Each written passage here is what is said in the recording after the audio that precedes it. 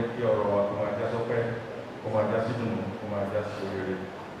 Àbẹ́lẹ̀ wọn ọmọ ọ̀la tó fún wa ní yọ̀ǹda láti pàdé níbi ìgbà ní àárọ̀ yìí láti ṣètò tí a fẹ́ ṣe yìí. Kọ́lọ́ má ṣe ní ìbàdàgbà àbúrúkú wa, àfààní ẹ̀fẹ̀, àbàbàrà ẹ̀fẹ̀. Kọ́lọ́ bá akẹ́ àdúrà Muhammad. Kọ́lọ́ àlùsàn náà ní ọ̀gá wa, olùkọ́ wa, olùkọ́ àgbà, aṣíwájú eré tó fi ọ̀nà ọmọ ọ̀hún wa gẹ́gẹ́ bọ́lá ti fẹ́.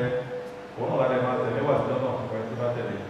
Àti ní àtẹ̀yìn ọlọ́mọ yọ wálé lọ́wọ́ àlùjá náà. Lọ́dá káwọ́dà wà lọ́wọ́ta ìgbà àdúrà.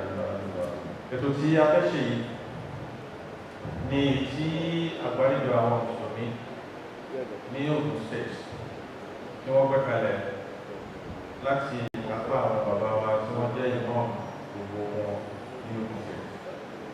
Ogun State wa tó ní ìpínsí ọ̀nà mẹ́rin lọ́s Ẹ̀gbá, Yewa, Rẹ́mọ àti Ìjẹ̀bú. Bẹ́ẹ̀ la ní àwọn bàbá wa àgbà tí wọ́n wà ní apá àwọn tó mẹ́rin tí wọ́n lè papọ̀ jẹ́ ọ̀kan nínú àṣẹ èrò àti bí wọ́n ti ń darí wa. Wọ́n fi àṣẹ wọn sí ẹnu bàbá wa àgbà tí wọ́n jẹ́ President General. Bàbá wa àṣẹ Imams ìpínlẹ̀ ìpàlọ́lá tí wọ́n sì lè sáà ní wá sí. Ìjọba láti wà ní ètò yìí. Àwọn àgbàlagbà wa ìjókòó láti àárọ̀ ìrọ̀lẹ́ tí wọ́n ti di ìjọba ìta ó ṣeé ṣe wà á ń retí wọn pẹ̀lú òkú ọlọ́run. Débi pẹ̀lú dáadáa. Àwọn ni wọ́n ń ṣe ìgbàlálejò yìí, àwọn ni wọ́n ṣe agbátẹrù ètò yìí. Nínú họ́ọ̀lù yìí a ní àwọn tí wọ́n jẹ́ ìsọ̀rí fún gbogbo àwọn muslim organizations tó wà lórí space. A lè gbé gbogbo mùsùlùmí wá síbí lórí ọmọ àríbá kan tó wá ní àwọn representative gbogbo àwọn representative kankan tó wà ní ọlọ́lọ́mọ yẹn ní tẹ́tí kankan represent àti wọ́n wà nínú ìkọlù. Wọ́n láti gba alálejò lónìí. Bàbá wa àgbà tí wọ́n wà níkàlẹ̀ láti máa ṣojú àwọn bàbá mẹ́rẹ̀ẹ́rin tó kù lọ. Ọlọ́run ní ọ̀pọ̀lọpọ̀ ṣe bàbá wa ṣe Imams àbúkọ́ ìdílé tí wọ́n jẹ́ ìbọn gbogbo akìlẹ̀ rẹ̀ mọ̀. Bàbá wọ́n fi ọwọ́ ní. A ṣeun sá. So wọ́n represent gbogbo àwọn bàbá mẹ́rẹ̀ẹ́rin tó kù tí wọ́n bá ti dé a máa fi wọ́n hàn. Àwọn ni wọ́n gbà ẹ̀ lálejò. Ká tó tẹ̀síwájú ilé ká gbókùn fún orílẹ̀-èdè wa nípa bádìlẹ̀ dúró akọ national anthem.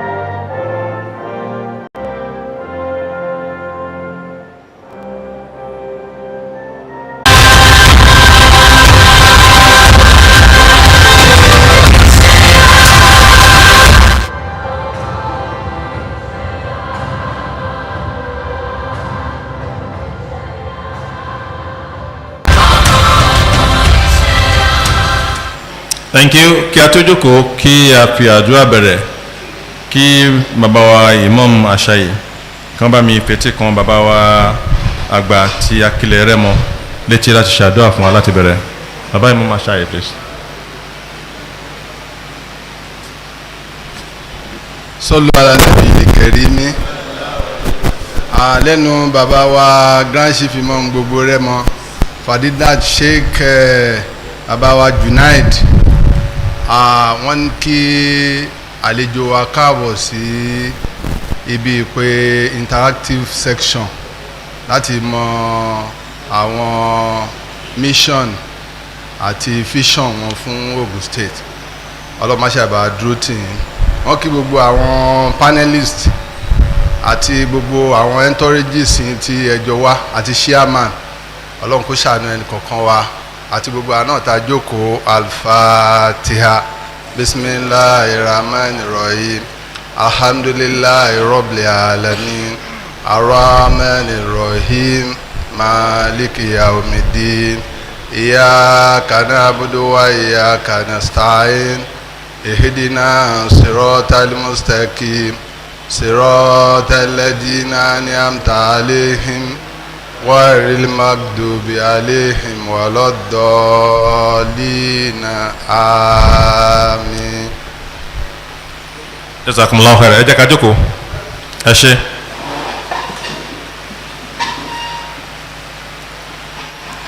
Gẹ́gẹ́ bí mo sọ láti bẹ̀rẹ̀, olórí àgbàlejò àti agbátẹrù gbogbo ètò yìí náà ni àwọn bàbá wa ní League of Imams and Alfas tí àwọn bàbá wa mẹ́rẹ̀ẹ̀rin tí wọ́n ń léwájú fún.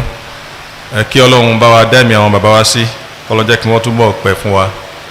Ní kàlẹ́ńbí bàbá wa tí wọ́n ń ṣojú wọn lọ́wọ́lọ́wọ́ báyìí, bàbá wa Imam Akilẹ̀ Rẹ́mọ ni.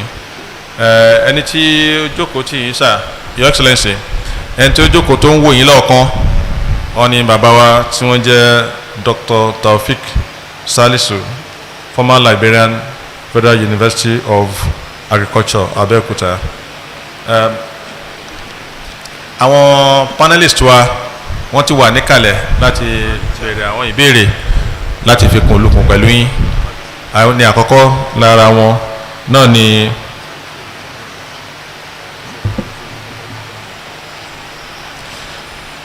ẹni àkọ́kọ́ náà wọn tí wọ́n wà níbí báyìí náà ni Professor Abdulwahid Wale Salau, Professor of Horticulture from Federal University of Agriculture, Funab.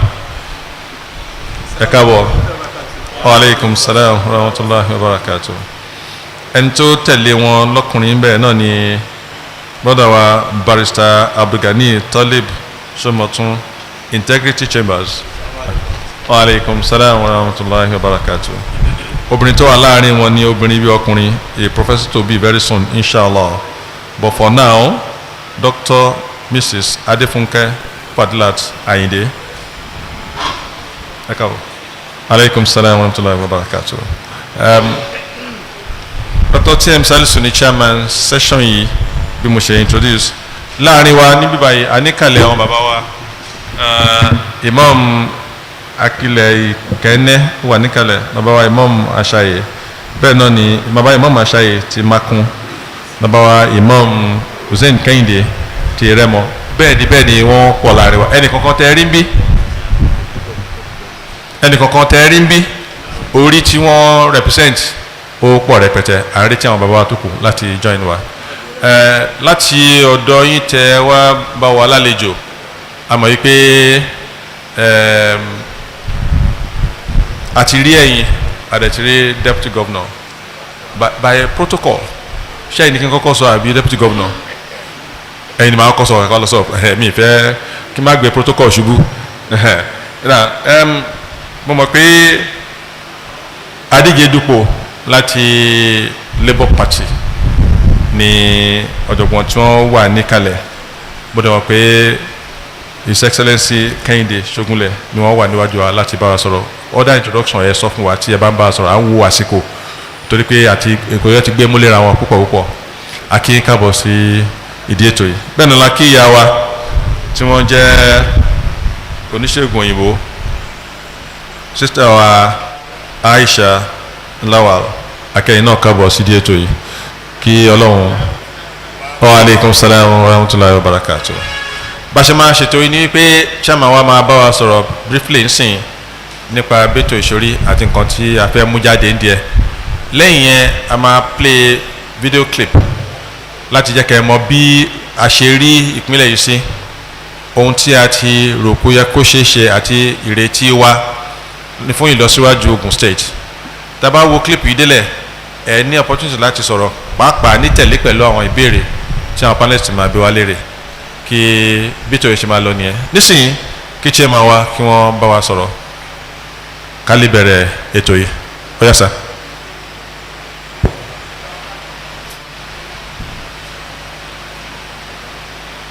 أعوذ بالله السميع العليم من الشيطان الرجيم بسم الله الرحمن الرحيم الحمد لله الحمد لله الحمد لله رب العالمين والصلاة والسلام على أشرف المرسلين سيدنا مولانا محمد وعلى آله وصحبه أجمعين.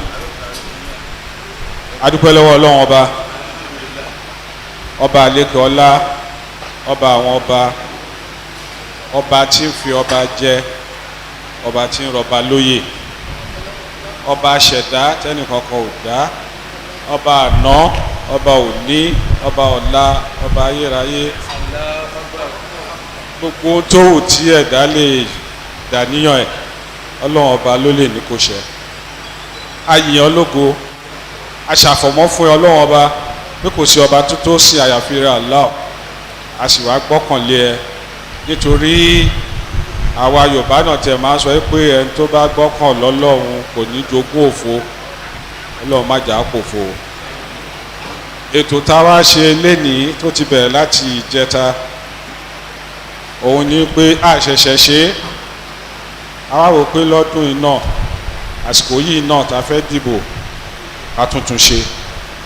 àwọn bàbá wa nínú Islam tá a máa ń pè ní Rabita, League of Imams and Alfas ní gbogbo ìpínlẹ̀ wa, a wá ní pé ipò tí àwọn náà wà ó yẹ kí a mọ ohun tí àwọn tó ń fẹ́ díje gba ipò gómìnà ní ìpínlẹ̀ wa ń bì ká tiẹ̀ pé wọ́n ká fikùn lukùn ká jọ sọ̀rọ̀ wọ́n wá là wá lọ́yẹ̀, wọ́n sọ fún wa kí ni àníyàn tán ní kí náà gbé sọ́kàn láti ṣe.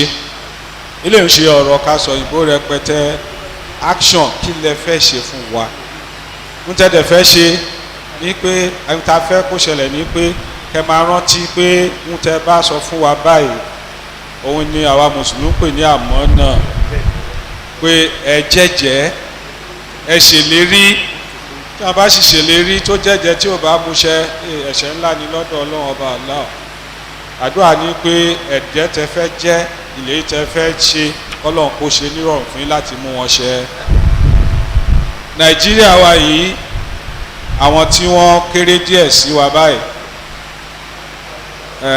wọn ò rí nǹkan tó pọ̀, ṣùgbọ́n àwọn tó tún ju àwa lọ ń bì wọ́n ti rí oríṣiríṣi bí Nàìjíríà ṣe ń dùn tó ń dán nígbà tí wọ́n ń gbòòyà ó ń lọ.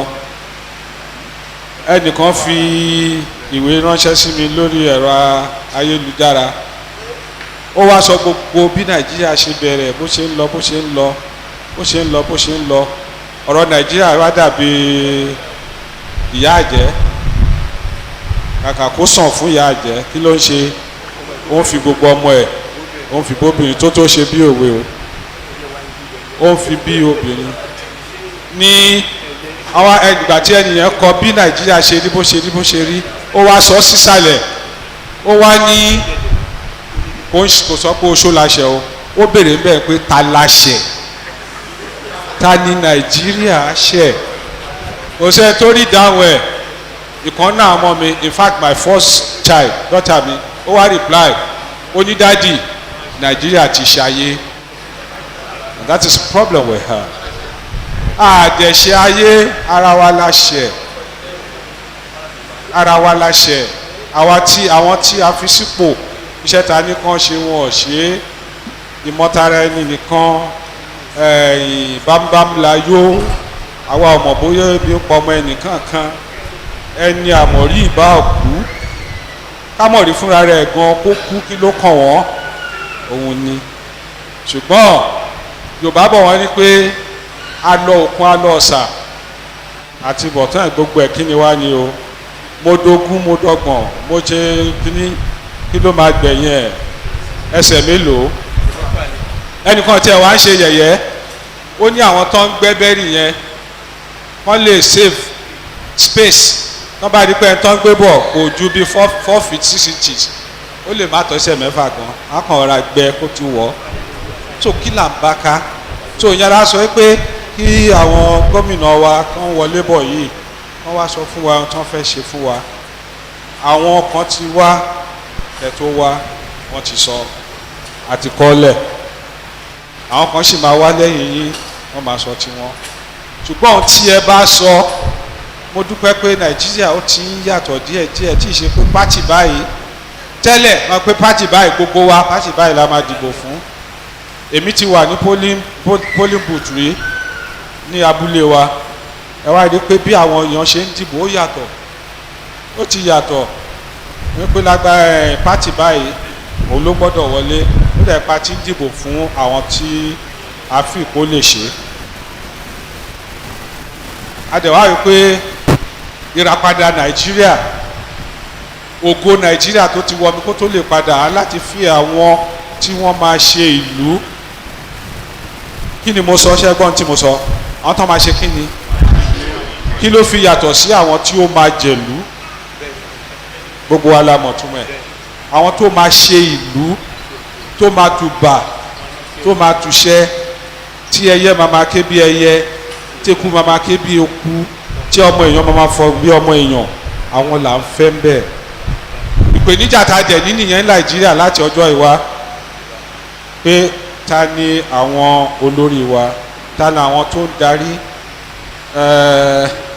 we supposed to have leaders nítorí ẹ̀ ń pè ní leader ní Islam òun ni servant but àwọn tá a ti ní àwọn aláṣẹ ni àṣẹ tán bá dẹ̀ ti pa òun ló ti di bẹ́ẹ̀ nísìn àwa ni pé wọ́n ní òyìnbó ní shine your kíni shine your eyes alájú wa ká yan àwọn tó lè ṣe tó ń tẹ́ bá sọ fún wa àágbéwò àádẹ́gbàdúrà pé kọ́lọ̀ kó ràn yín lọ́wọ́ tó bá di ọjọ́ ọ̀bò àádébẹ̀ àádìbò bí ẹ̀mí wa ṣe sọ fún wa àti ohun tí wọ́n sọ fún wa àwọn tó fẹ́ díje dupò kò ní ju bẹ́ẹ̀ lọ nísìnyí àwọn tí wọ́n máa béèrè béèrè wọ́n wà ńbẹ̀ ṣùgbọ́n kán tó béèrè gẹ́gẹ́ bí àwọn adarí wa ṣe sọ wọ́n á fi àwòrán hàn wá gbogbo wa á rí so lẹ́yìn yẹn a máa béèrè ìbéèrè kò ní pẹ́ púpọ̀ o and one thing I want to assure our candidate is that sir you are not on trial you are our friend you know we didn't say interview we said interaction so we ask question you answer àṣẹ pé a lè béèrè béèrè kan ẹyọ kan kí béèrè míì tún wá ti bẹ̀ yọ lórí nǹkan bá sọ but as it were ọ̀pọ̀ ọ̀rọ̀ kò ń ṣe kí ni àti bẹ́ẹ̀ bẹ́ẹ̀ lọ mi ò tó pé iwájú mo ṣe ń pa ní half tó ti bá dẹ̀ pa ní èdè tabulé wa ó lè má yé yín àwọn díẹ̀ ló lè gbọ́ jẹ̀bù tí bá sọ ń jẹ̀bù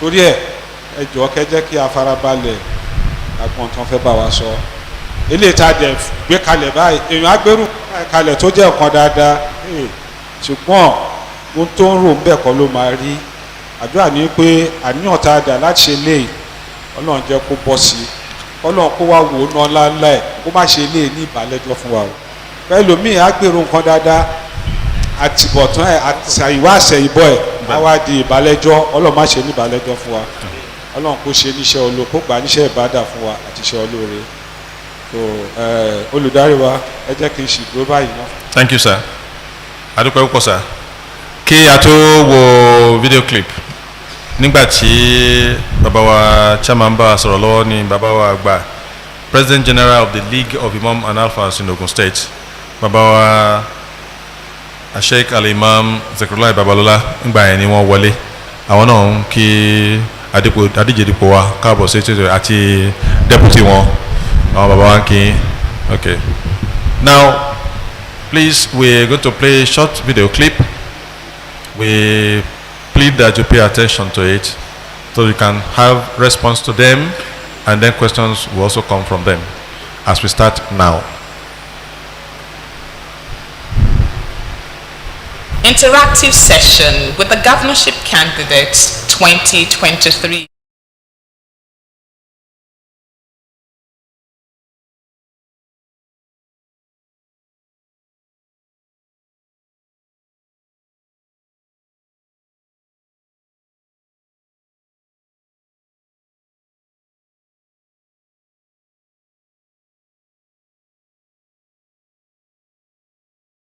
Desired goals. A good leader therefore transforms the potentials of people into a desirable reality. In Islam, leadership is choice made by Almighty Allah.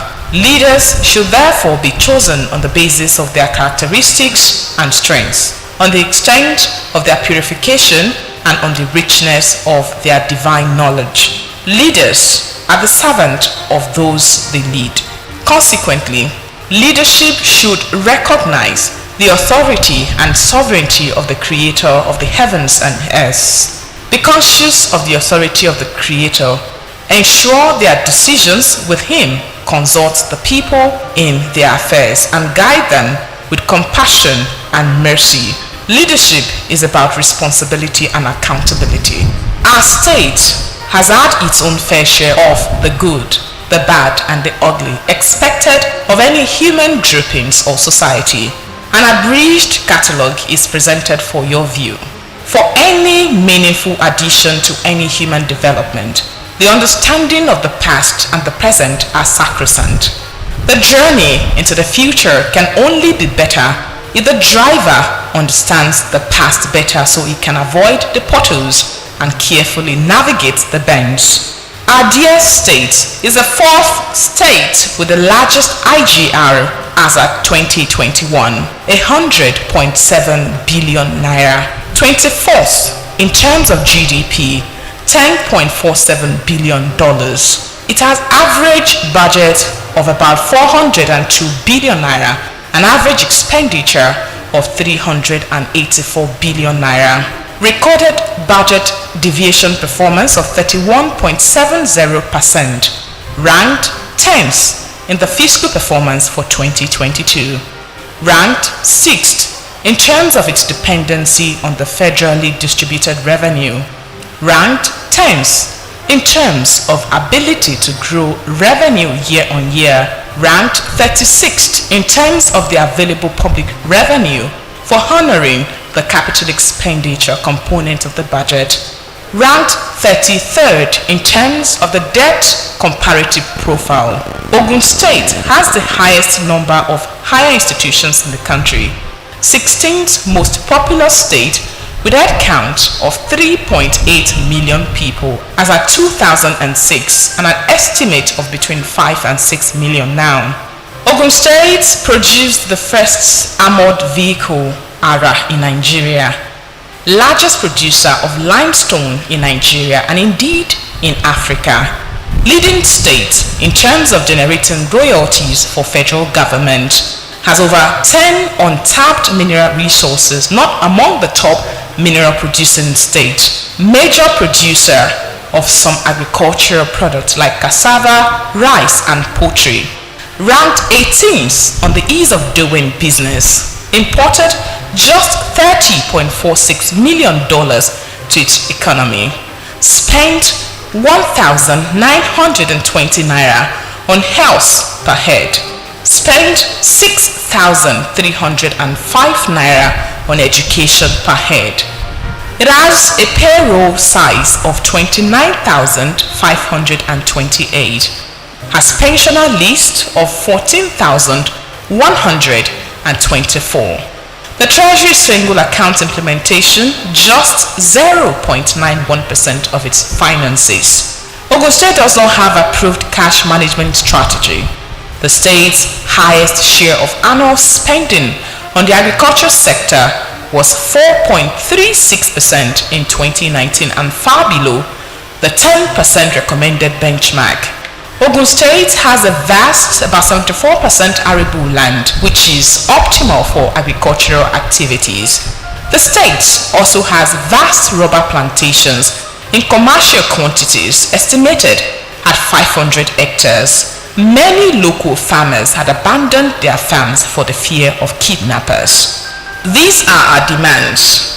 Our demands are not exhaustive due to the limited space and exigency of time. We shall from time to time reach out as we deem fit as new ones are observed. The first one is the economy. We want positive changes in the ranking of the state with respect to all the parameters highlighted above. The incoming administration should make frantic effort to grow the IGR through untapped mineral resources, implement the TSA to the letter, Evolve a cash management strategy and block all revenue leakages in the hope of becoming the state with the largest IGR or second. Reduce its budget performance deviation to the recommended 15%. Evolve a functional help desk with a view of driving service delivery in the public sector. Deploy the use of information technology in its operations and service delivery. Guide against unnecessary borrowing and emphasize the use of public-private partnership arrangement to deliver public goods. Clear backlog of staff deductions and pension arrears. We also expect the incoming administration to pay salaries and pensions as and when due. Improve the ease of doing business in the state and also grow the capital importation to about $10 billion, focusing more on foreign direct investment, especially with the untapped mineral resources and agriculture. Create an agency to support startup businesses and SMEs beyond the advancement of loans.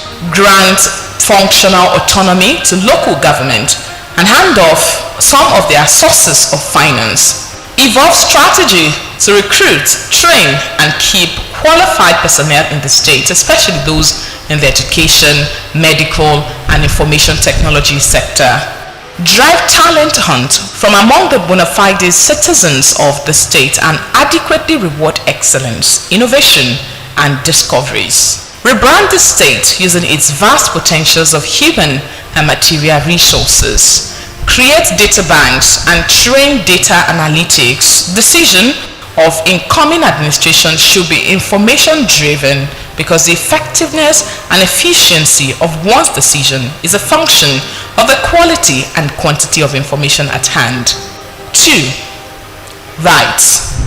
We request the government of our dear state to ensure inclusiveness of all sections and poles of the state with equity, fairness, equality, and egalitarianism as instruments in the running of government to achieve the much desired progress and development. Equity, equality, justice, and fairness should be maintained as a standard in the distribution of appointment and benefits from government. Now to education. Ensure budgetary allocation to the education sector consistently meets the minimum benchmark for education. Increase its capital spending on education and health to 10,000 naira per head. We demand the restoration of unhindered teaching of IRS in schools aided by pragmatic employment and deployment of IRS teachers. On security, evolve and sustain security innovation towards crime prevention. Pay special cognizance to the security monitoring of the large influx of non-indigents into the state who mostly engages in commercial motorcycle transportation. We request that our roads be saved from Russians parading themselves as ticketers for motorcycle operators and commercial vehicles. Their menace on the road pose a security threat. Concerted effort should be made to curb gross indiscipline and delinquencies among our youth. Now to agriculture. Revolutionize the state's agronomy with adequate investment or financial commitment. Thank you very much for your attention, Your Excellency. We have communicated with you. It is time for you to talk to us. Bá ṣe máa ṣe ni wípé a fẹ́ kí àwọn nǹkan tẹ́ mú jáde láti ibẹ̀ yẹn kó jáde láti ara àwọn èrò tó máa jáde síta nínú ìdáhùn sí àwọn ìbéèrè tí a máa bí. Alága wa ni wọ́n máa bá pe àwọn panelists wa. Sir, you can call the panelists in the order that you want. Kàn gba question kankan lọ́wọ́ wọn. Lákọ̀ọ́kọ́ ká wá wò bí àyè ṣe máa ṣẹ́kù sí. Mr. Chairman, sir. Thank you very much. I would like to call on our brother, Professor Salau from FUNAP, to ask the first question.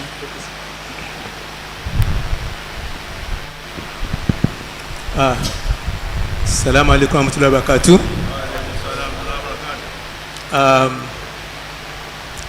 Your Excellency, sir, I watched the video clip now. One area that was not mentioned has to do with some of these horticultural crops that can be regarded as having a high comparative advantage, like a plantain, like banana, like tomato, which are classified as perishable goods. The unfortunate thing is that economic loss resulting from the spoilage of these items are enormous.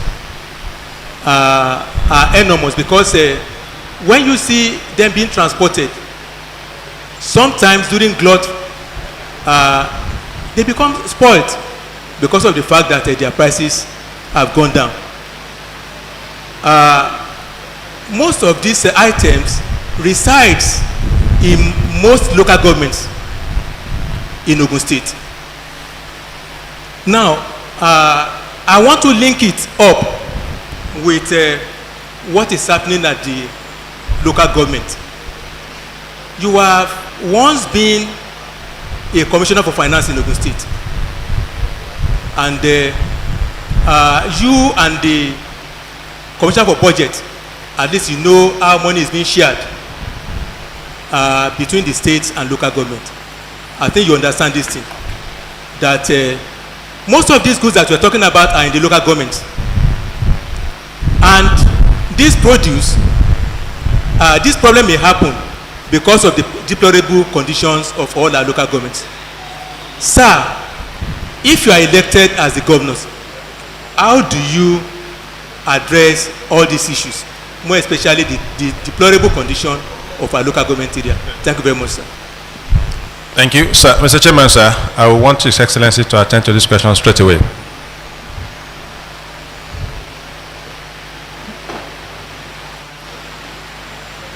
Ẹ jọ̀wọ́ ẹ bá wa ṣe ní Yorùbá àti Èbó torí kí gbogbo wa lè gbọ́. Ẹ ṣé. Amúlùmálà la máa pè yàn. Àtúrà pé mo máa ṣe náà nìyẹn. Mo fẹ́ kí àwọn bàbá wa, the President General of the League of Imams and Alfas, and the League of Imams and Alfas here, the chairman of this occasion, and our distinguished scholars and professionals that are here. This is a very big honor and privilege for me to be here. And first of all, I will say that being here is not an ambition, or contesting for governorship of Ogun State is not an ambition. I never wanted to. I'm a professional. I believe in the work I do, and I do it with a lot of passion. And I believe as a professional, we must contribute our whole quota to the development of our country.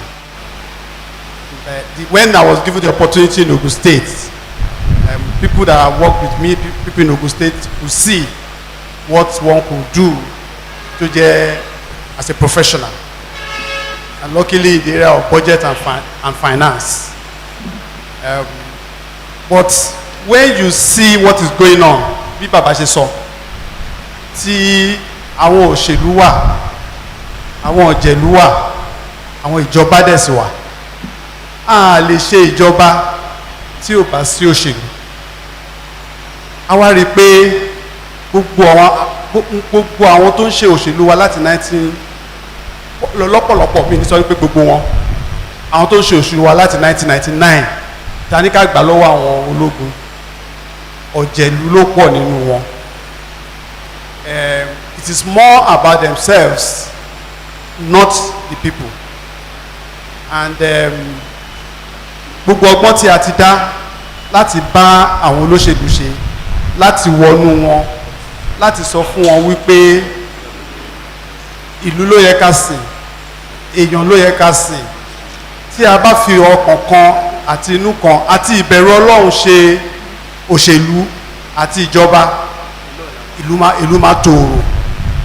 But tí a bá rí àwọn tó ń ṣe ń sìn tí kò tòrò, ó jọ pé nǹkan kan ṣẹlẹ̀ nìyẹn, pé kò sí òtítọ́, kò dẹ̀ sí ìfẹ́ ìlú, nínú kan tí wọ́n ṣe.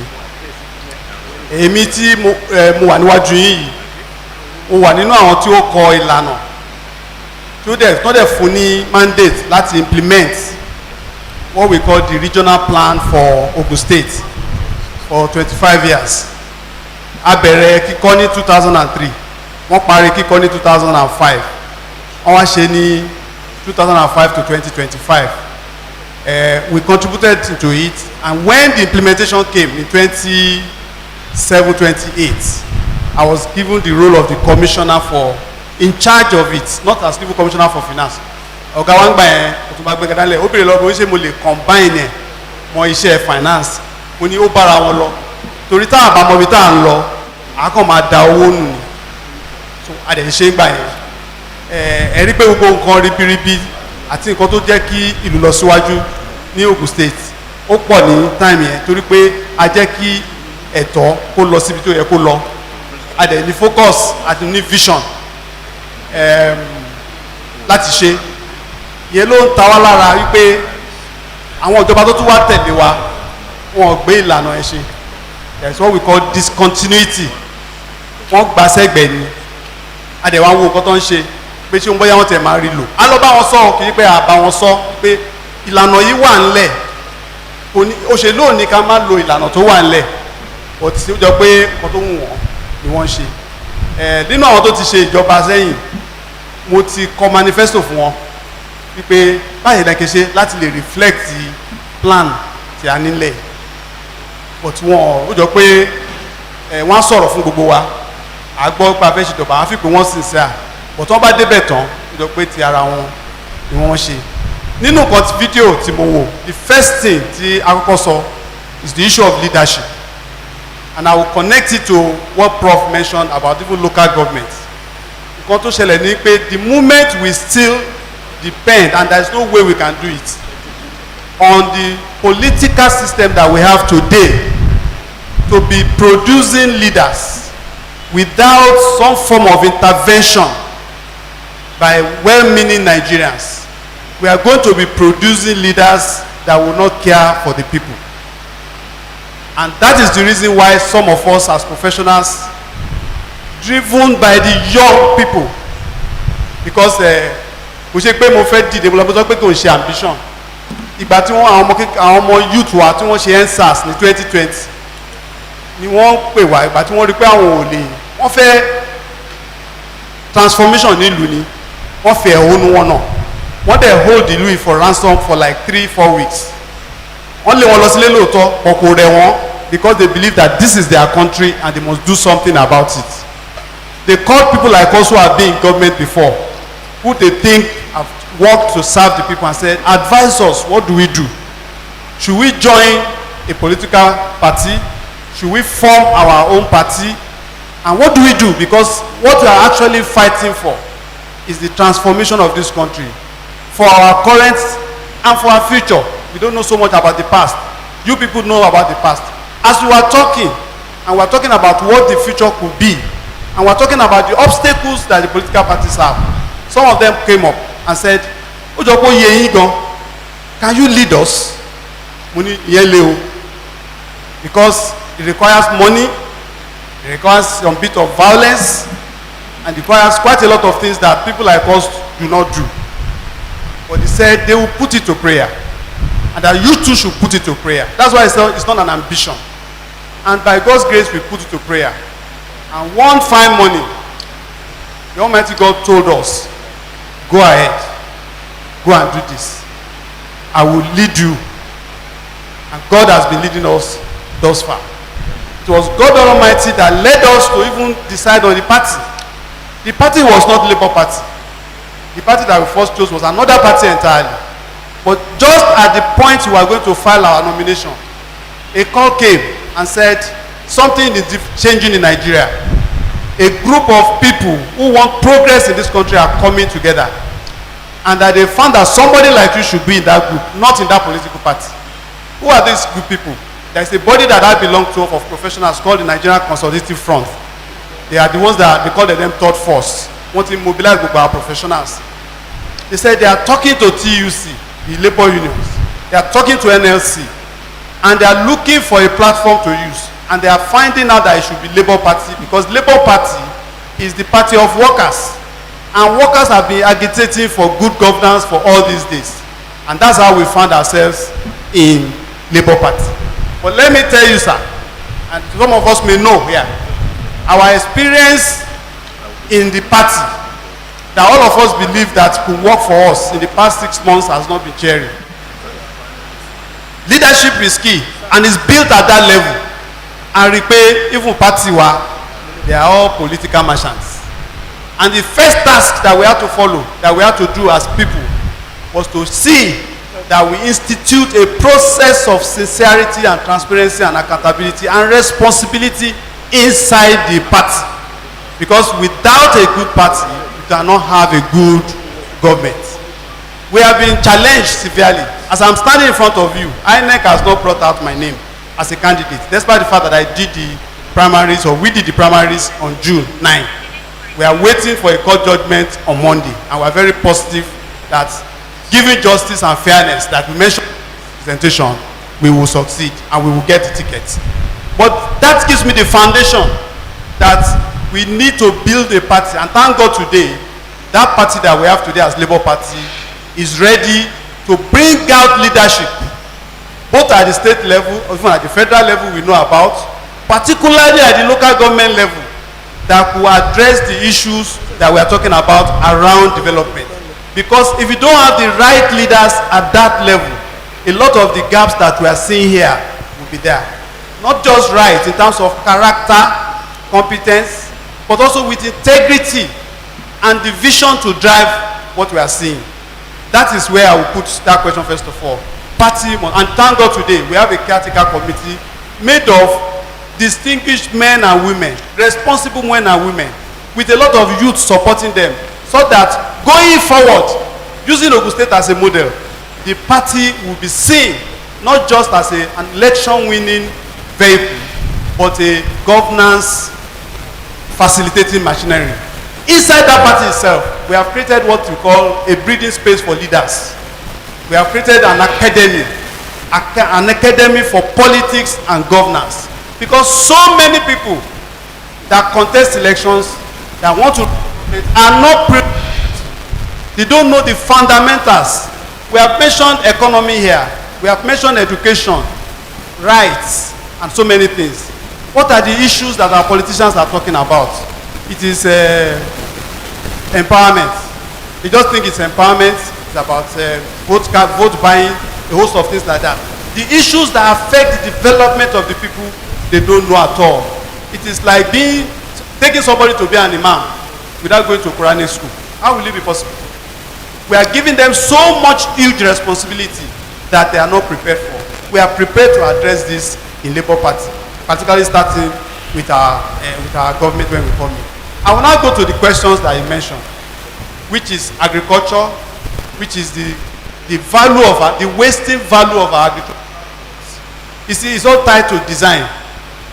We know, I was talking to the Middle Belt Forum on Saturday, and they confirmed to us that they come here to farm. They come to Ogun State to farm.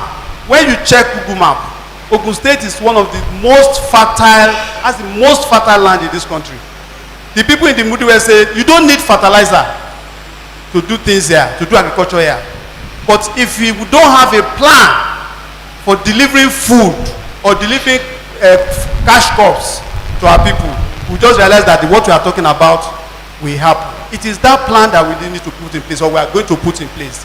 There is this concept that has been pushed before by the Ministry of Spedan called one local government, one product. It means that every local government should work towards the area that they have the best comparative advantage, so that a lè jọ tabako n ṣe à ń gbin banana káàkiri all over the local government, or we are taking plantain to all over, or we are doing tomato or potato all over the local government. What we will see is that there will be this problem of taking them through what we call the value chain. And in each value chain will mean from production, from the planting, the harvesting, to processing, or to transportation, to processing, and even consumption.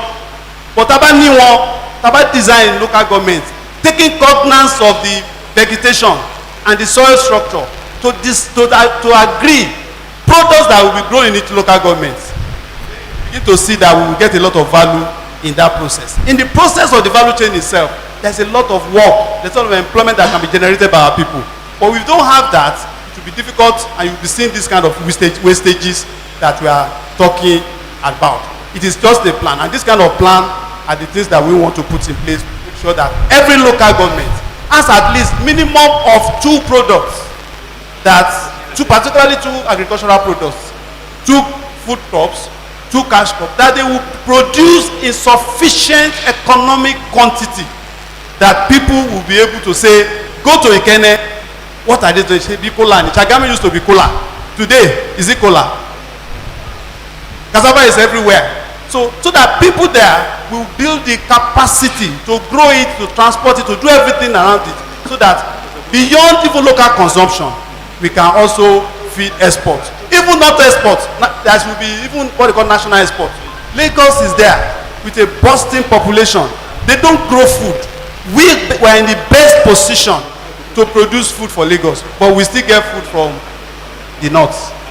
So that advantage can be there with that kind of plan. But it will take people, leaders, particularly in the local government, who understand visioning, planning. And that is why when we get to government, before the local government election, and we are even starting now, Saturday we are doing a training session for 200 core apostles of the obedient movement, who we are going to begin to train about the heart of responsible politics and responsible governance. I know if you put this in place, it will go beyond us. It will also begin to breed the next generation of people that will address the needs of the people. I think I can stop at this point in that response. Thank you, sir. Thank you very much. Mr. Chairman, the next person, but we want the questions and the answer to take a total of 5 minutes. From the beginning of the question to the end of the answer will be 5 minutes per question. Thank you, Mr. Chairman. Therefore, the questions should be pointed. We don't want stories. So by the time you give all those theories, you're leading the candidate up. Sometimes you answer the questions before asking the question. So just ask the questions pointedly, and let Honorable answer us properly. So I would like to call Eje Kashe Abulabi. Ọkùnrin kan, obìnrin kan, ọkùnrin kan, obìnrin kan, àbí? Dr.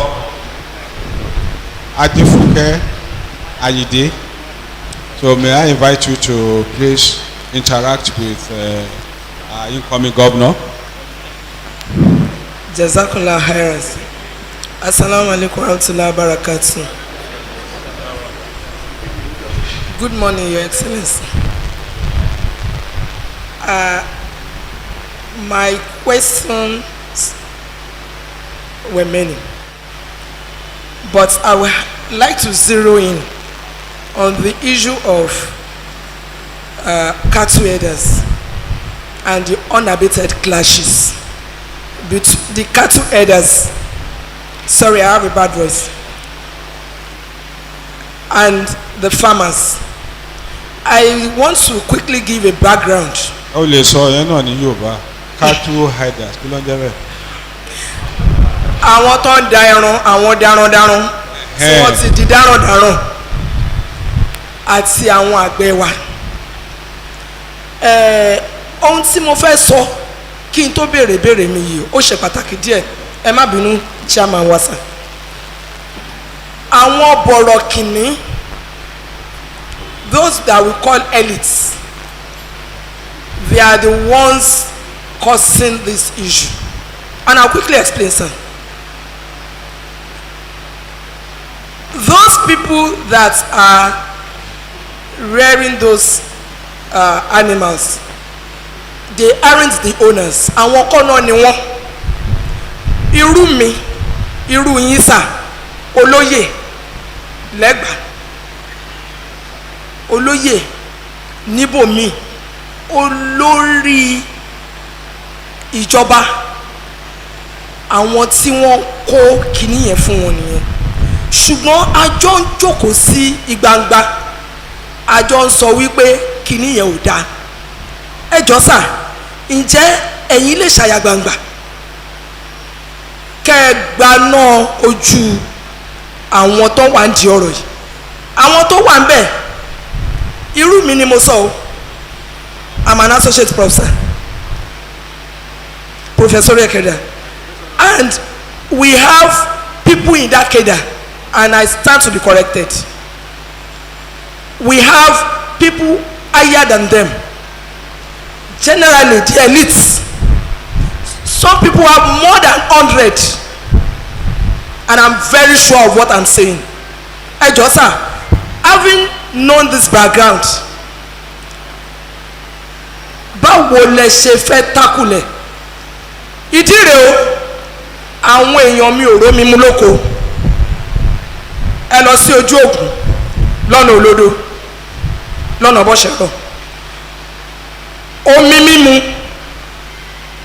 àwọn ẹranko yìí wọ́n ti pòlù ìwọ̀n ọjọ́ bíi 5-6 àwọn lè pọnmi níbẹ̀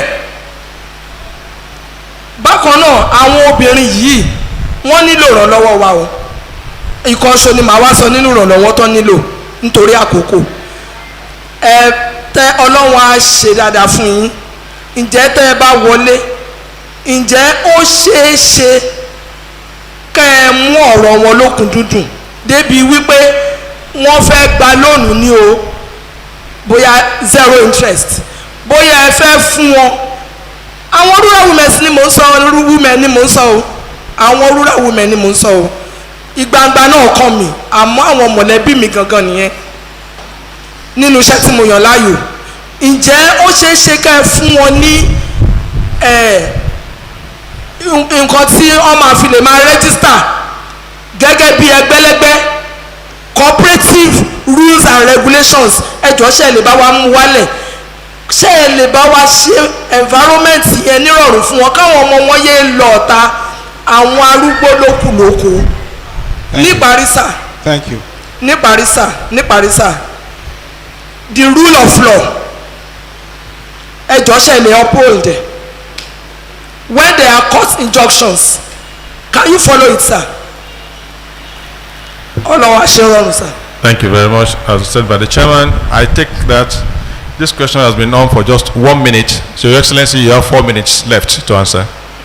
Thank you very much. It's a quadruple question.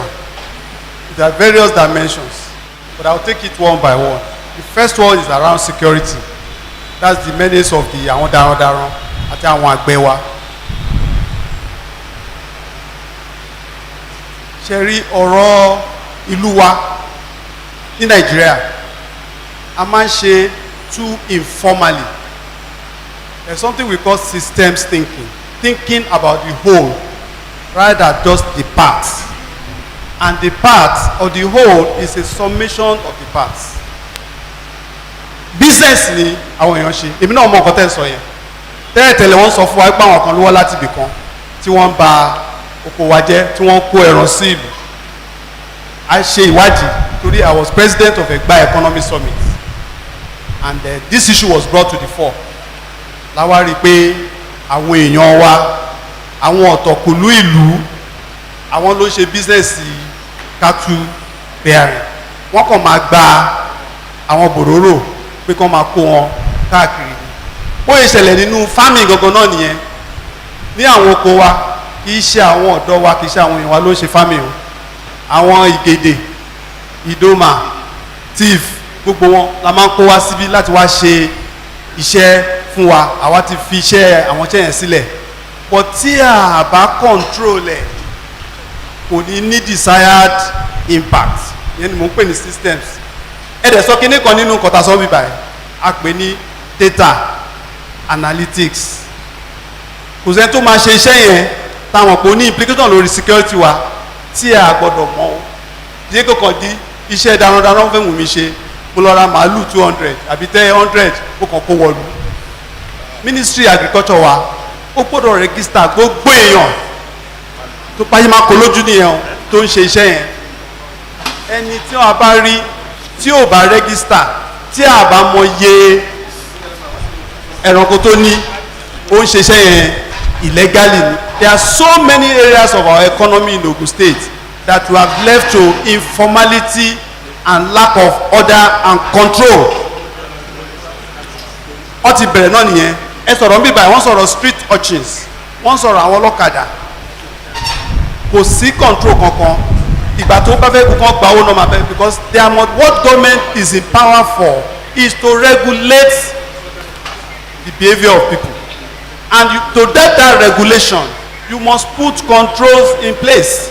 I am ready for those who have worked with me before know that I am ready. There was a time when people were setting up schools anyhow every school náà sìn àìmọye kéréje private school ìmí but standardization àti control ló bẹ̀rẹ̀ sí improve quality wọn. We have left that trade area for people to just operate without any control. The first task we are going to do to control it and to confront so that come out and say you are doing that business and we will not give you the conditions for running that business.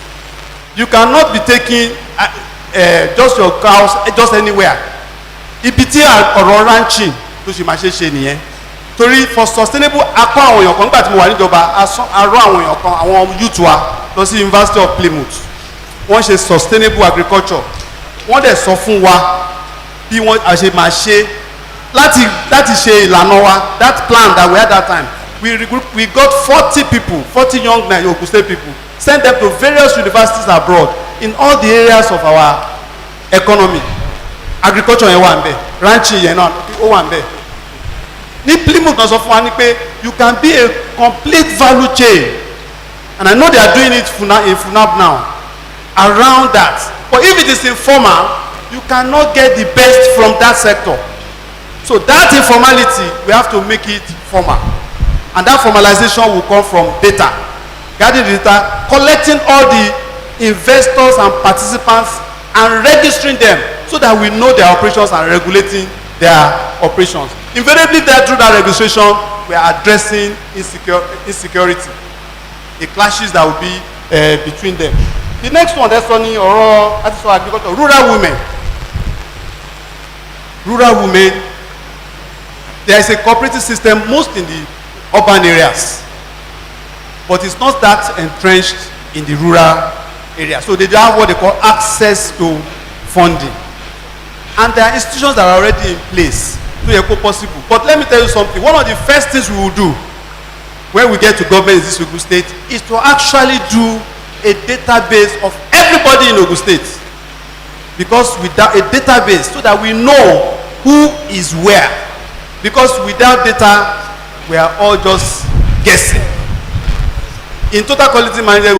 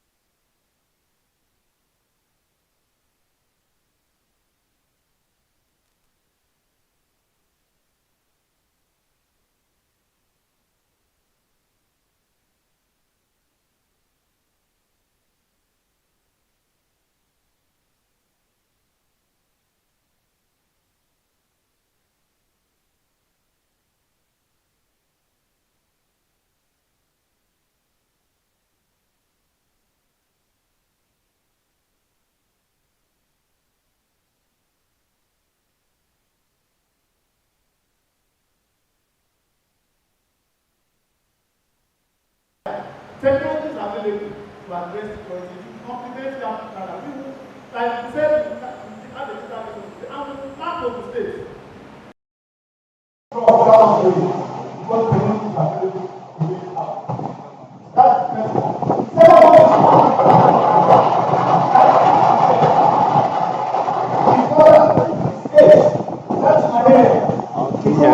Now my change.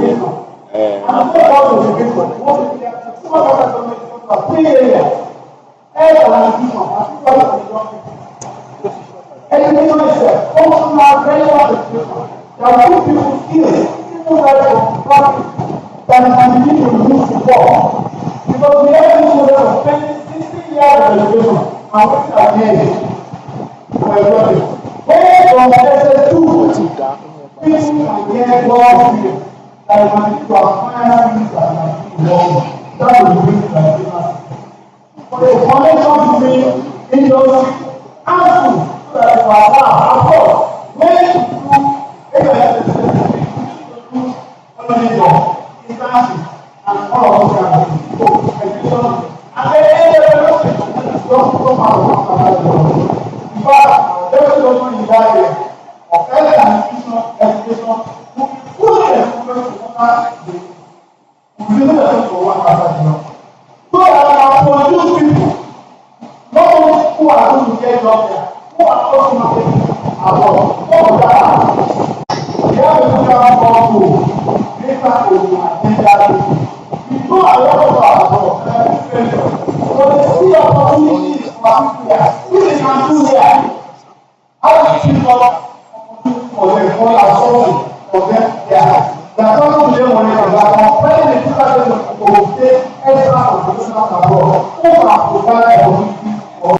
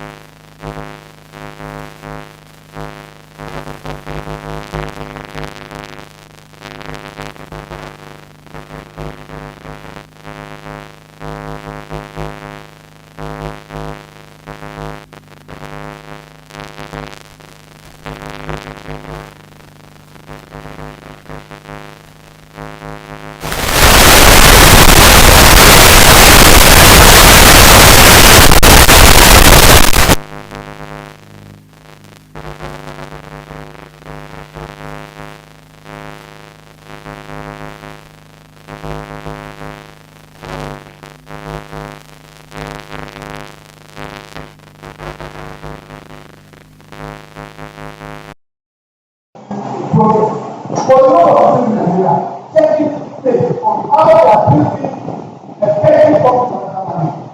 All these parameters that are defined in the economy here, we are going to do all of that to support accessing the public transport. And we're also coming out with technology that allows access to create a better way. We're going to start with a process now. We're going to hear about next 2 weeks. That is the infrastructure. Economy. You will thinking that the economy of our day is the reality of our country. You know the deliberate strategy of this our economy is not there. Dubai, UAE, deliberately decided to make Dubai set up the world. They are doing that. We are realized to build our economy on 5 pillars. Construction number 1. To move a lot of our people to construction. Once we get this money, because we have capacity to employ in office. Us is number 2. We have also the area. We build this on the land, World Bank program, 2006, 2010. Today, our federal administration, we can build the whole economy around sport to engage our people. Entertainment is another one. If you want to do it, there is so much money for us.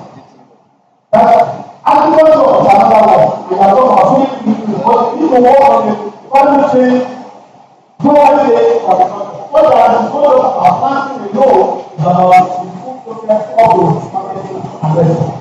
Then technology. Today in Nigeria, we take youth and copy the best technologies. We have 16 or we have 20 high education. Vibrant we need to open up to account to them.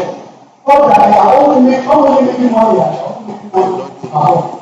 Technology is that our hands to their and we make sure that it's a lot of benefit from well. Leadership that's there for the shield.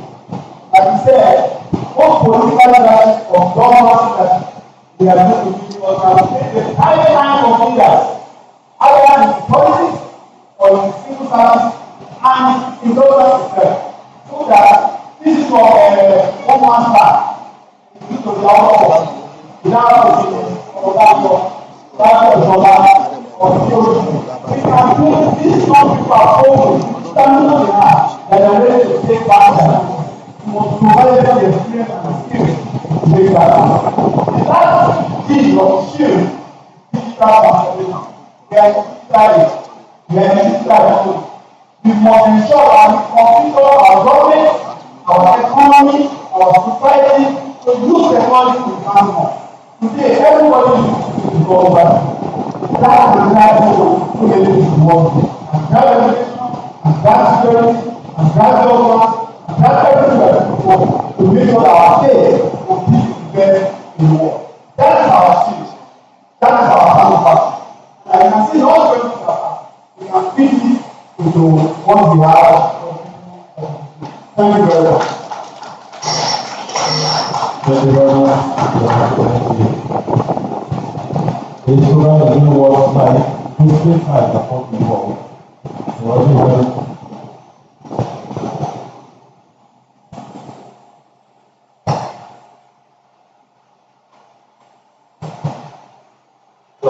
From across the world, some of the comments I will later read out. Some people are itching to ask questions from the crowd. Yes, that first hand up, the man in a red shirt. Oh, not a shirt. It's Buba.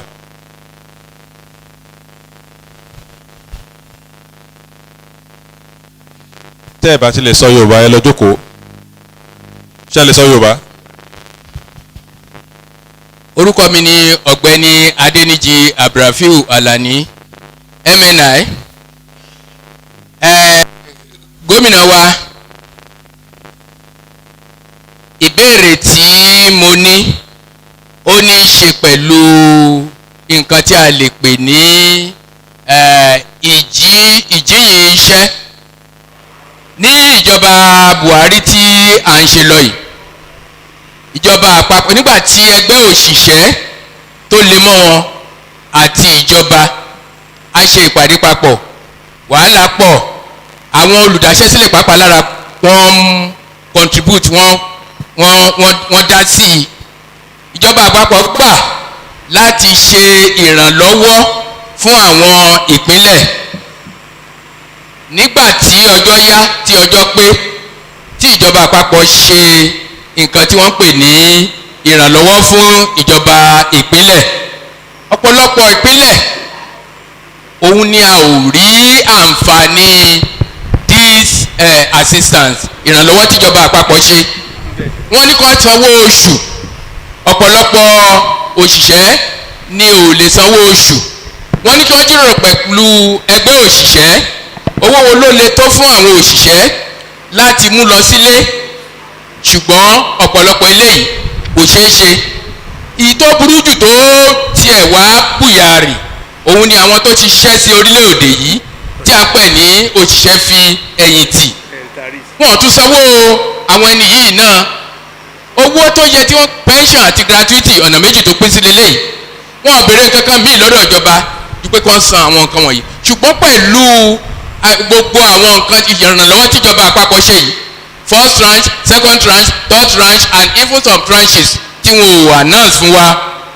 Síbẹ̀síbẹ̀ ìjọba ọ̀pọ̀lọpọ̀ ìjọba ìpínlẹ̀ wọn ò ṣe nǹkan tó yẹ kí wọ́n ṣe. Ǹjẹ́ tí ẹ̀yin tí ẹ bá gorí àga àlééfà gẹ́gẹ́ bí gómìnà ìpínlẹ̀ Ògùn, ọ̀nà wo lẹ fẹ́ gbà fi ṣe tírú àwọn nǹkan bá wọ̀nyí? Because a gbọ́ wípé àjọsọpọ̀ ọ̀rọ̀ ẹgbẹ́ nǹkan tá a lè pè ní ẹgbẹ́ secret court ó wà láàrin àwọn gómìnà tí wọ́n bá dẹ̀ ti fẹnu kò lórí ẹ̀ nǹkan tó ń kára àlù sọ kò wúlò mọ́ ọ̀nà wo lẹ fẹ́ gbà fi tó wa fi assurance fún wa wípé irú eléyìí ò ní ṣẹlẹ̀ nígbà tí nítorí pé ìjọ mùsùlùmí a kó sí ọkàn gidi nípa nǹkan tí a ń pè ní kájíyìn iṣẹ́ kọ́kọ́ nǹkan fún wa ká mọ̀ ọ́ lò pàápàá lára owó àwọn tàbí bùkátà àwọn dúkìá àwọn tó jẹ́ pé wọn ò lágbára nílùú ọ̀nà wo lẹ fẹ́ fi gbà ṣe tó jẹ́ pé àwọn tí ò lágbára nílùú gẹ́gẹ́ bí àwọn alágbára professionals and everything tí wọ́n fi ní máa fìyà jẹ àwọn tí ó jẹ́ pé wọ́n ń bẹ lọ́hùn ni ẹ ṣe. Your Excellency a ní ìṣẹ́jú tí ó pọ̀ mọ́ rárá láti parí ètò yìí torí adíje dupò míì ti wà lọ́nà ó dẹ̀ ti fẹ́ débi àfẹ́kẹ́ pàdé ara yín bí àtẹ̀mọ́ pé ẹ̀ ní ìjànà ṣùgbọ́n àfẹ́kẹ́ bára yín bí torí ìyálé àti ìyàwó tó bá pàdé ara wọn náà wọ́n lè má jà ṣùgbọ́n wọ́n lè má rẹ́rìn-ín ẹ ṣeun sá.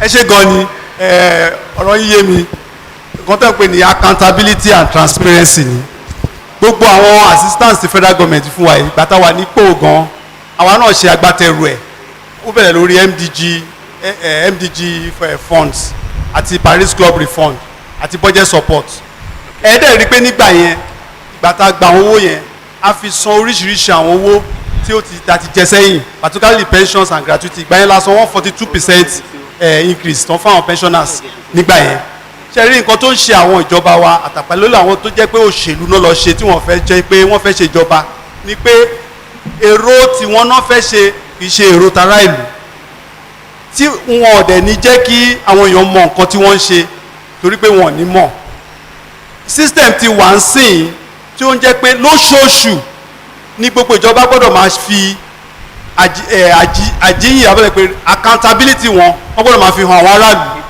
tẹ́ bá lọ sí sifters.org ẹ máa rí financial report gbogbo state wá kí n wò ẹ jẹ́ ká bẹ̀rẹ̀ sí wò so that a bá rí pé owó kan wọlé a máa bèrè pé báwo ni ẹ ṣe ó yẹ kẹ ẹ ná báyìí dáadáa lóṣù tó kọjá o ẹ máa gbọ́dọ̀ ná dáadáa ní oṣù tó ń bọ̀ àwa make sure pé torí we represent accountability that is my profession and I cannot waver on it so ayé máa ṣe é ṣe àwọn owó tó dẹ̀ jẹ́ pé ó pàtàkì fún wa láti san lánàá mo wà ní ìpàdé interactive session báyìí pẹ̀lú àwọn pensioner a dẹ̀ ti sọ fún wọn pé ọ̀rọ̀ ẹni tó ti sin ìlú tó ti ṣiṣẹ́ fún ìlú a gbọ́dọ̀ gbé wọn lárugẹ wọn ò gbọ́dọ̀ fi àgbáyé wọn máa rágó nǹkan tí wọ́n yà èèyàn ṣe ṣiṣẹ́ tí ọkọ̀ ọba àdá ọba gé wọn lẹ́sẹ̀ nìyẹn ká máa fi dù wọ́n kò ní máa mú àwọn tó wà níjọba ń sìn tó ń ṣiṣẹ́ lọ́wọ́ ń sìn láti bẹ̀rẹ̀ sí ṣiṣẹ́ pẹ̀lú tọkàntọkàn nígbà tó ń rí àwọn tó ti wà ń bẹ̀ tí wọ́n ṣe dáadáa a gbọ́dọ̀ rí i pé a wá ọ̀nà a dẹ̀ máa rí ọ̀nà yẹn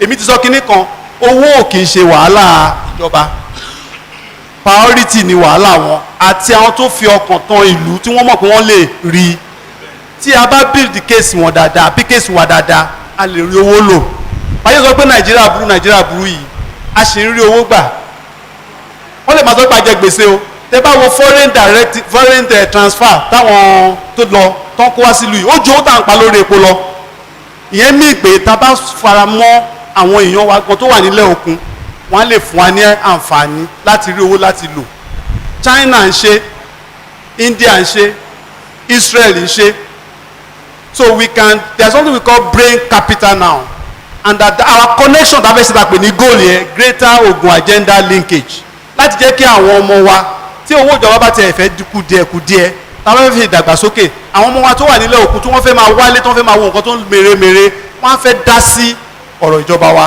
àwa dẹ̀ máa fi fún wọn fi kọ́ wọn lọ́kàn pé a máa rí owó pẹ̀lú wọn ò ní fẹ́ ọ̀rọ̀ bàbá mi pensioner ni màmá mi pensioner ni ètò wà lọ́wọ́ náà pensioner náà ni àwọn náà wọ́n máa pè so wọ́n lè rí pé a ṣe nǹkan tó yẹ ká ṣe ń bì báyìí wọ́n fún wa ní àǹfààní láti rí pé a ṣe nǹkan tó yẹ ká ṣe ẹ ṣe gan ni. adúpẹ́ ẹ jọ kí ó tó di pé alága bá wa fi àdàgbà ìdòwé rọ̀ mo fẹ́ kẹ́ bójú wo ẹ̀yìn ẹ gbójú padà ọdún mẹ́rin ò jù bẹ́ẹ̀ lọ o ṣẹ́gbọ́n mi sà ọdún mẹ́rin ò jù bẹ́ẹ̀ lọ ọdún mẹ́rin táwọn kan ti lò là ń wò yìí tó bá bọ́ sọ́wọ́ yín ọdún mẹ́rin tí náà ò ní jù bẹ́ẹ̀ lọ kẹ́ ẹ bẹ̀rẹ̀ sí ronú nǹkan tẹ́ fẹ́ ká mọ̀ nípa yín tí àsìkò yẹn bá dé tó bá lọ Chairman, you may want to round up, sir.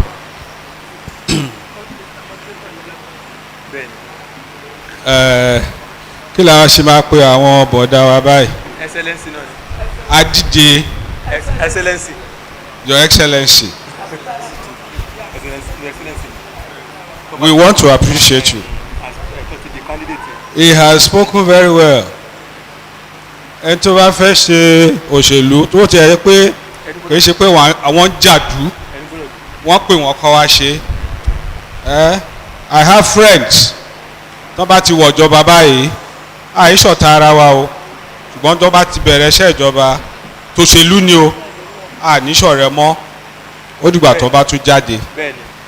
Nǹkan tó mọ̀ mí dáadáa my friend sọ pé ó ti change sí òun fóònù mi wọ́n fóònù mi láti Federal Ministry of Education wọ́n ní bàbá fẹ́ rí òun ní Aso Rock òun ò lè gbé fóònù ẹ̀ náà má gbé fóònù mi èmi gan ò ní pè ẹ́ mọ́ tó bá ṣe tán tó bá jáde á tún wá pàdé nígbà ó jáde òun ló dẹ̀ ń pè mí sìn ẹ get me it's a bad thing in governance in this country tó bá ti wọ̀jọba báyìí gbogbo ètò ẹ̀ sọ yẹn ó dùn mọ́ wa mọ́ tó bá ti débẹ̀ tọ́ and of course gbogbo wa la ní beautiful plans agenda ní Nàìjíríà bẹ́ẹ̀ tó bá dé level implementation ìyẹn náà ní problem wa.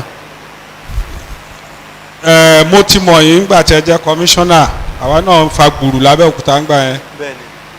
Mo rò pé ìgbà tí mo gbọ́ pé ẹ̀ ń lọ mọ́ ṣe àwọn gentlemen náà máa ń lọ ṣe politics. Because I've ever known you as a fine gentleman. Ṣé ẹ̀yin náà lè ṣe ẹni tí wọ́n fi ń ṣe?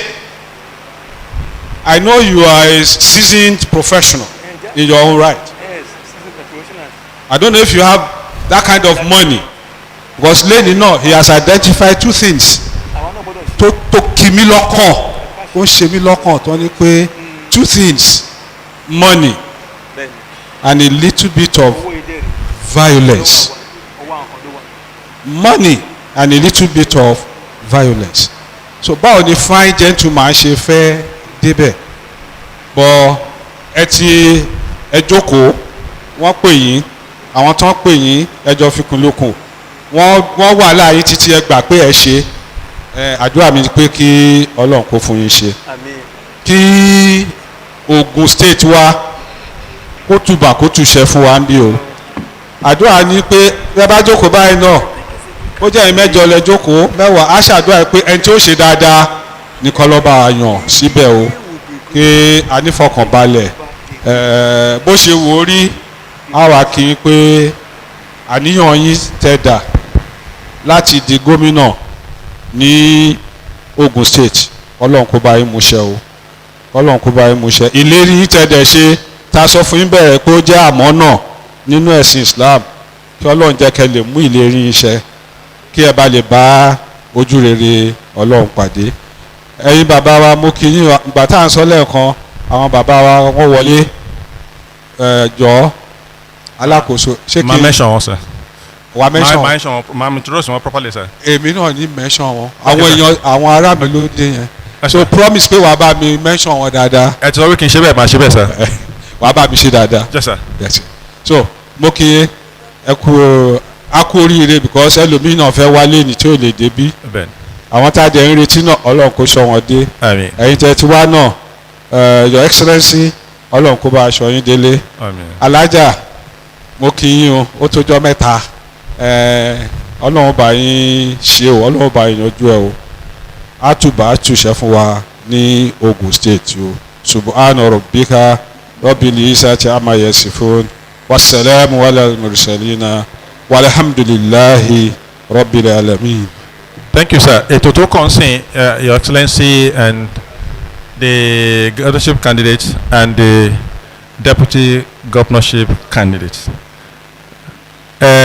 Afẹ́ ètò kan nísìnyí ni pé ká fún wọn ní certificate of attendance pé a pè wọ́n wá. Mr. Chairman sir, with due respect I want you to please come here, come and join my babas while I use the time to introduce our father bàbá wa àgbà Ìmáàmù Akilẹ̀ Ìjẹ̀bú. Wọ́n ti wà ń bí láti jẹta títí dànà wọ́n wá ní kí bàbá wa àgbà Imam Shilil Fai kí wọ́n wá represent àwọn lónìí bàbá ẹ sálámù sílẹ̀ sá. bàbá wa mufti gbogbo Ogun State ni wọ́n ń kí wa yẹn ẹ jẹ́ ká dáhùn dáadáa o wa aleykum salam wa rahmatulahi ta'ala wa barakatu. ní kí broda Adisa bọ́lájí Adisa kí wọ́n bá mi lọ sọ́dọ̀ bàbá wa àgbà president general kí wọ́n bá wa mú certificate fún adíje dupò tó wà wájú wa lónìí kí sàmà ń join wọ́n bẹ̀ ẹ jẹ́ kí gbogbo wọn bàbá mi mẹ́tẹ̀ẹ̀ta tí wọ́n wà níkàlẹ̀ kí wọ́n yọnu fọ́tò yẹn Imam Mashayi ẹ lọ síbẹ̀ kẹ́yìn náà bá a lè yọ bàbá wa Imam Hussein ẹ náà join wọn sá. ọmọ wa bá yín bẹ̀ ní sá ọmọ wa bá yín bẹ̀ sá adíje dupò àti igbákejì ẹ̀ ni wọ́n fẹ́ wá gba ìwé yìí.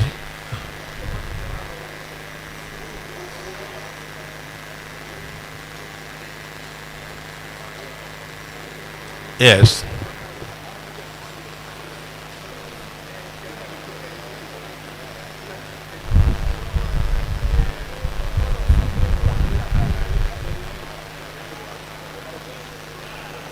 No, what is my good photograph me? That's my good photograph me.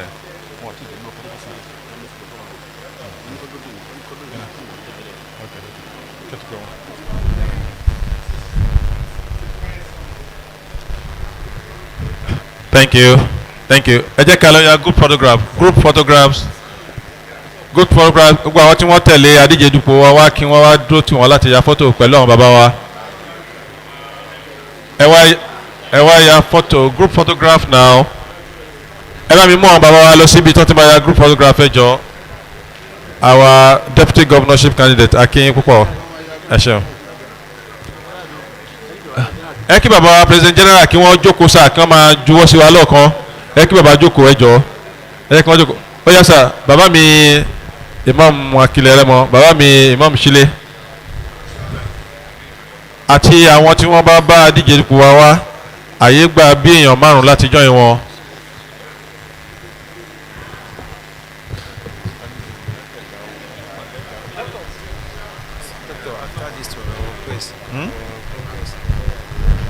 Our panelists wa kí wọ́n join wọn panelists please join panelists after this you join after this join after this one.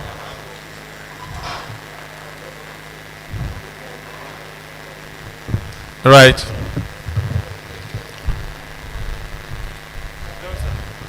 Thank you.